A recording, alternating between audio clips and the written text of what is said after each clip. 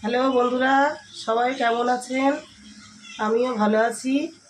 আমি আজকে আপনাদের সামনে রান্না করে দেখাবো ডিমের মালপোয়া।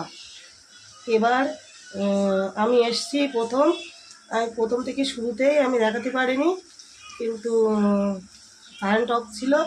কিন্তু তার কারণে আমি শুরুতে এই তেল দিয়েছি, তেলটা দেওয়ার পরে পেঁয়াজ কুচি দিয়েছি, হালকা লবণ দিয়েছি, দেওয়ার পরে একটু হালকা ভেজে নেব। হালকা ভেজে নেব।